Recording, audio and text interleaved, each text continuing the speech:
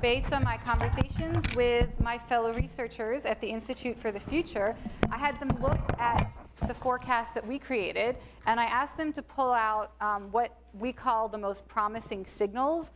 So these are the ideas that really open up new possibilities, that kind of provoke our imagination about how the future could be really radically different from the world we know today. Because I think the benefits of a game like the one that we did, very short game, I'll just hang with this, thank you though. Yeah, one of the benefits is that it just opens up new possibilities, helps us sort of viscerally realize how different the future could be and help us question which differences we want and which differences we don't want.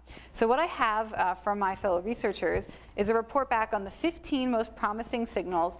So I will share them with you, sort of to help you maybe tonight, over the weekend, trickle in your brain and see what design ideas they propose. Okay, so the first was Disney without oil. So I like this idea of forecasting for a very particular organization. The idea about theme parks. Will we still travel to theme parks in the future? Will we need a distributed theme park? What would the Disney World experience be if people can't go to Disney World? And/or what would that space become? How could the massive infrastructure that exists as theme parks be transformed to better serve local community? What are we going to do with all that space and equipment? So that was from somebody who created the Disney without oil field. The next one was emergency services without oil. How do we save people or buildings without oil or gas to fuel the emergency vehicles? This was a really exhaustive entry. So let's read you some of the ideas that they had. More local clinics, more training for first responders, return of the country doctors, community education, more on-site firefighting equipment, higher density building, better fire safety building standards, electric vehicles for first responders, improved network for first responders, virtual 911, and leveraging smartphone technologies to make instant diagnosis of 911 phone calls. This is really interesting. It's a field that I have never seen forecasted in this game before. Families without oil, so possible positive impacts, more family time, more interaction, more local community activities, more reliance on family and local neighbors, more shared resources in family, and then perhaps fewer children born, more intergenerational experiences, and broader definition of family. Like that's a really interesting idea, a broader definition of family. Funerals without oil, unable to embalm because embalming is petroleum-based, bury locally and very deep, a rise in cremation. I mean, that's a very, that's a signal of a different future. Garbage without oil, there would be no central and safe place to burn garbage, no transportation distribution of garbage, and we've actually seen this in oil shortages in the past. So would this drive us to a garbage-free society with composting and recycling and reuse becoming more important? Very interesting.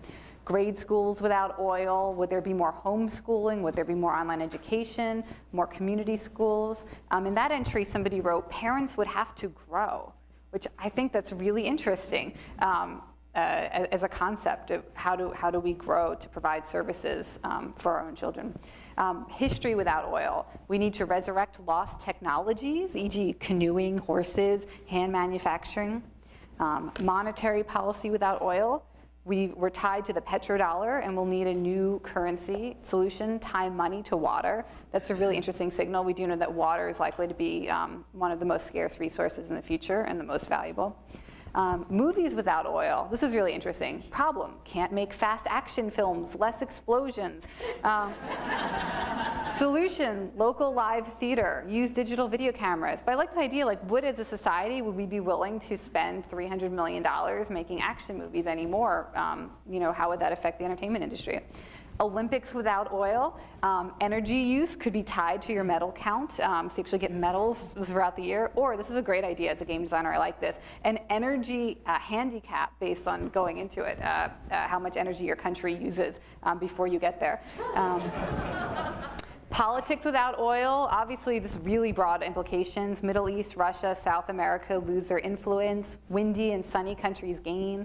Underdeveloped countries who know how to survive gain political power. Parks without oil, so problems might include mowing the park lawns, creating asphalt paths, petrochemical-based benches and play equipment. So solution would be goats for mowing. Is this vision of the future. We'd have more goats in public spaces. It's a radically different future. And there's some other ideas in that entry. This one I really love, professional sports without oil. Total disruption of professional sports due to long-distance travel problems. So would there be new local leagues only? Would more people get to play? Would it be less about vicarious experience of professional leagues and more about local gatherings? Really interesting. Vision without oil, no plastic lenses for frames or glasses, and no more contacts. So would there be a dramatic rise in laser surgery? Would LASIK surgery become the new normal because it's much easier than trying to get scarce resources for contacts and glasses? And finally, worship without oil. There might be worship webcasts, more in-home worship, and I thought this was the most interesting thing I read the whole day. More local and non-denominational churches. We might have to become willing to do our spiritual practice with a more diverse community if we have to create local churches that can serve everybody. That's an interesting vision, not a very positive vision, I actually think, possibly. So the total tally that you guys came up with, including all of these top 15 forecasts, was 120 forecasts out of a possible 260. And I thought we might as well go for an epic win. That was very good already. But what I did was I tweeted just on my Twitter account asking if anybody wanted to help and collaborate with us. So if you go to the wiki now, you'll see that it's almost completely full and people are continuing to add. So we've got ideas from some other gamers who decided to help play with us, which I think is great, sort of open up our design ideas. So you can go and check out the great thing we created. And if you're interested in more future forecasting games, we run public games frequently online for IFTF. So you can follow me on Twitter. I always tweet. You might be the next person helping some other community or conference. And it would be great to see you in a forecasting game again.